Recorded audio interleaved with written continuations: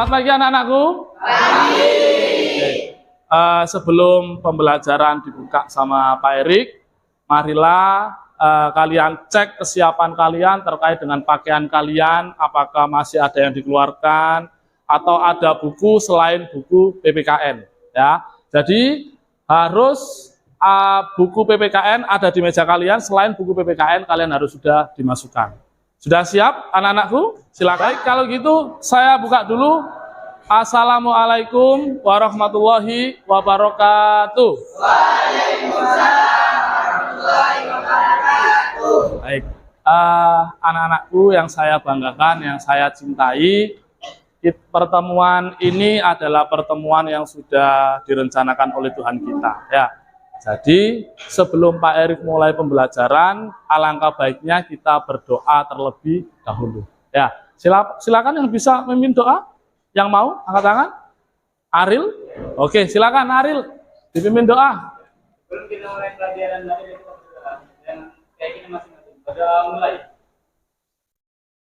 Baik, anak-anakku yang saya sayangi, saya akan absen kalian. Takutnya ada yang tidak masuk dari kalian, ya.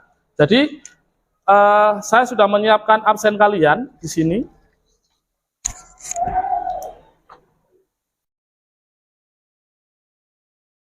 Dairil. Oke. Ya. Aril. Oke. Yang tidak masuk siapa Aril? Atau masuk semua? Oh, Nihil. Oke. Nihil. Baik. Terima kasih Aril. Anak-anakku, di pagi yang cerah ini Pak Erik mempunyai motivasi buat kalian. Nah, motivasinya terkait apa itu? Jadi gini nak. Jangan menunggu hujannya reda, tetapi bagaimana kita bisa berjalan terus meskipun ada hujan atau gerimis yang turun dari langit. Maksudnya bagaimana? Nah, kalian ini anak-anak hebat, ya. Masa depan kalian ada sebuah tantangan yang akan menghampiri kalian. Maksudnya adalah kalian di sini harus bisa, ketika ada tantangan, kalian sudah bisa mempersiapkan diri untuk melawan tantangan tersebut.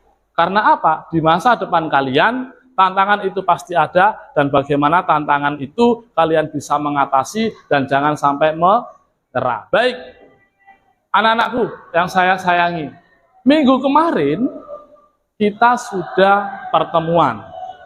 Nah, sekarang saya mau tanya, pembahasan materi minggu kemarin itu tentang apa? Ada yang tahu? Silakan. Hak asasi manusia. Ada yang tahu di sini hak asasi manusia itu apa? Silakan. Ayo. Oke, silakan. Bisa jawab lagi.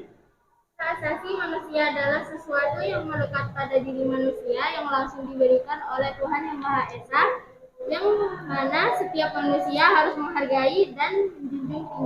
Oke, hak yang melekat pada diri manusia yang langsung diberikan oleh Tuhan kita, di mana kita harus menghargai dan menjunjung tinggi. Oke, tepuk tangan dulu untuk temennya.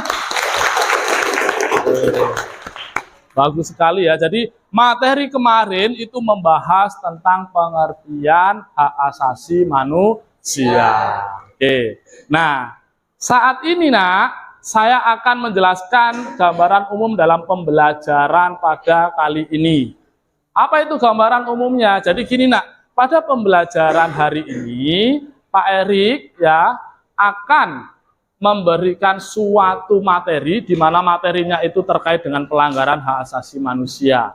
Ya, jadi nanti kalian akan mengetahui apa yang sudah terjadi di dalam negara kita terkait dengan pelanggaran hak asasi manusia.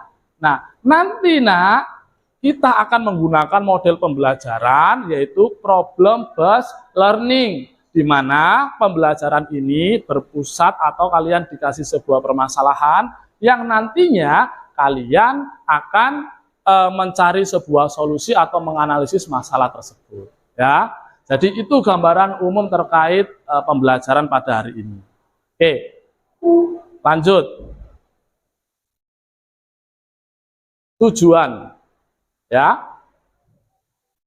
Nah, tujuan pembelajaran pada hari ini kalian fokuskan di nomor 7 atau nomor 6 sama nomor 7. Kita bahas dulu yang nomor 6. Setelah melakukan kegiatan diskusi kelompok, siswa mampu menganalisis kasus pelanggaran HAM dalam perspektif Pancasila dalam kehidupan berbangsa dan bernegara dengan benar. Tujuan yang selanjutnya yaitu melakukan diskusi kelompok. Jadi, di sini kalian melakukan diskusi yang nantinya kalian mampu memberi saran terhadap penanganan kasus pelanggaran HAM dalam perspektif Pancasila dalam kehidupan berbangsa dan bernegara dengan benar. Ya, jadi di sini kalian benar-benar harus dituntut untuk menganalisis sebuah kasus. Ya, selain kalian menganalisis, kalian nanti dituntut untuk mampu memberi saran terhadap apa yang dipaparkan oleh teman kalian. Kita masuk di dalam materi tentang pelanggaran hak asasi manusia. Nah, sebelum saya jauh seperti ini, saya akan jelaskan lagi bahwasanya minggu lalu kita sudah berbicara tentang apa itu hak, apa itu kewajiban. Nah, saat ini kita akan membahas tentang pelanggarannya. Yang dimaksud pelanggaran hak asasi manusia itu seperti apa? Yuk kita lihat bareng-bareng. Nah, pengertian pelanggaran hak asasi manusia. Jadi anak-anakku, kalian pembahasannya sekarang membahas tentang pengertian dari sebuah pelanggaran. Negara kita adalah negara hukum, yang dimana kalian akan membahas tentang sebuah pengertian yang ada di sebuah peraturan. Oke, pasal 1 angka 6, Undang-Undang nomor 39 tahun 1999. Tentang apa? Yaitu tentang hak asasi manusia, pengertian mengenai pelanggaran hak asasi manusia. Jadi kita berbicara tentang pengertian pelanggarannya.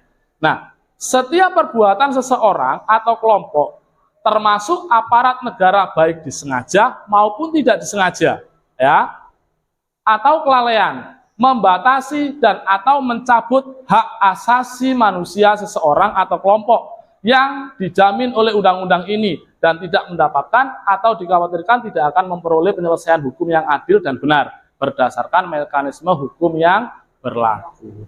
Jadi, itu adalah sebuah pengertian terkait dengan pelanggaran hak asasi manusia.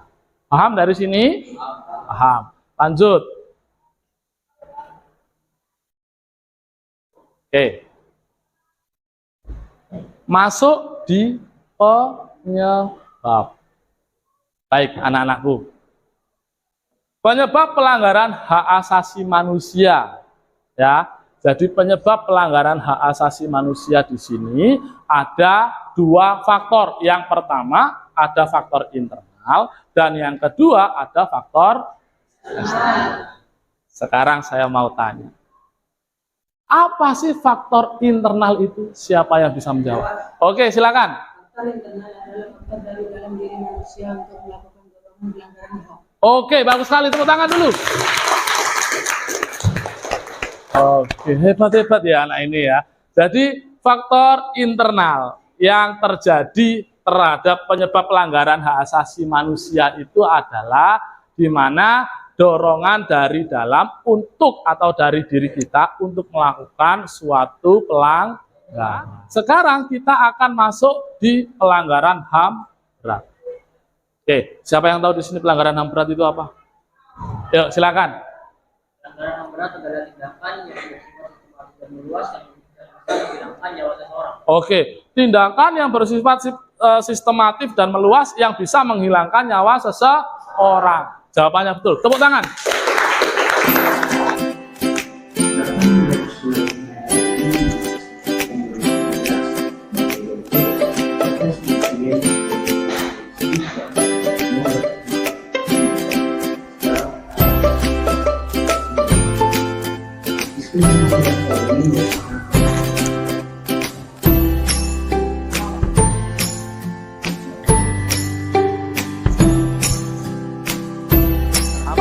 Tentang apa tadi?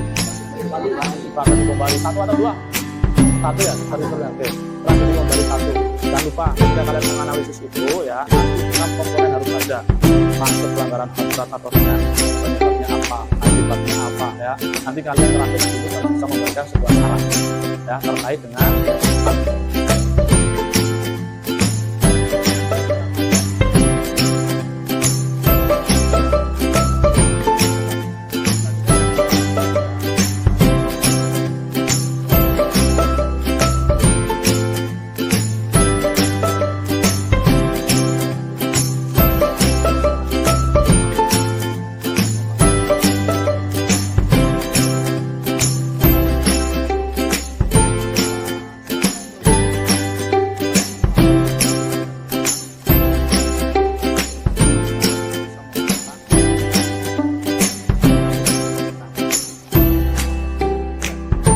Akibat dari kasus pelanggaran ini, Martina menghilang secara misterius pada tanggal 6 Mei 1993 dan ditemukan tanggal 10 November 2021. Waalaikumsalam warahmatullahi wabarakatuh.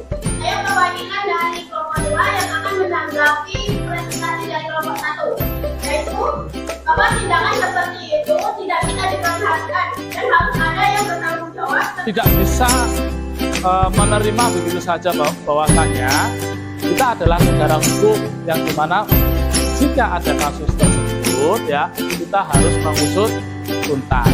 Nah, pembunuhan Martina itu baik anak-anakku, tidak terasa kita masuk di penghujung pertemuan kita. Saatnya kita masuk di dalam kegiatan penutup di mana kalian harus bisa memberikan istilahnya kesimpulan ya. Jadi saya tekankan kesimpulan ini yang saya tekankan adalah dari kalian sendiri yang nantinya diperkuat oleh Pak Erik. Yuk, siapa kira-kira yang berani menyimpulkan? Aril, silakan Aril. Faktor eksternal yang dorongan dari luar diri kita itu berupa penyalahgunaan kekuasaan dan penyalahgunaan teknologi. Jenis-jenis pelanggaran HAM ada 2, pelanggaran HAM ringan atau pelanggaran HAM berat. Betul. Pelanggaran ringan yang tadi sudah disebutkan berupa perampokan, pencurian, pencemaran nama baik dan Pengancaman. pengancaman. Ya, pengancaman juga ya. Terus yang pelanggaran HAM berat termasuk pembunuhan, perbudakan atau penganiayaan sampai cacat. Oke. Ada lagi? Ada lagi. Ada lagi, silakan. Sesungguhnya kita harus menghargai setiap hak asasi orang lain agar tidak terjadi lagi kasus pelanggaran HAM yang sudah kita bahas sebelumnya. Oke. Oke, tepuk tangan dulu untuk Aril. Oke. Jadi itu adalah sebuah kesimpulan yang diberikan oleh teman kalian ya, yang dimana kesimpulan dalam pembelajaran kali ini bahwasanya pelanggaran HAM ini suatu tindakan yang disengaja maupun tidak disengaja, ya kan? Nah, tadi disebutkan bahwasanya faktor pelanggaran HAM itu ada 2. Yang pertama ada faktor internal, yang kedua sekarang saatnya Pak Erik mau mempertanyakan terkait pembelajaran pada hari ini. Ya, baik, anak-anakku sekelas 11 ya. Dari proses awal sampai saat ini, apakah pembelajaran kalian ini sangat menyenangkan?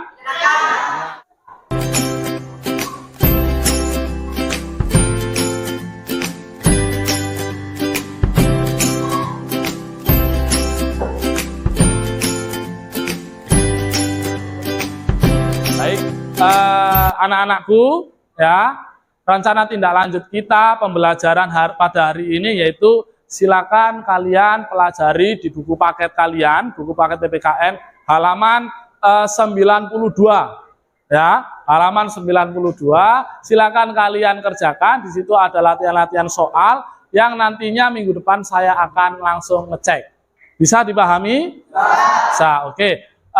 Ada pertanyaan? Tidak ada. Kalau memang tidak ada pertanyaan, kita akhiri sampai di sini. Apabila Pak Erik ada salah atau ada kata yang tidak enak, saya minta maaf yang sebesar-besarnya ya. Saya harapkan bahwasanya pembelajaran hari ini kalian bisa memahami terkait dengan pelanggaran hak asasi manusia. Oke, itu saja yang bisa saya sampaikan. Saya akhiri. Wassalamualaikum warahmatullahi wabarakatuh.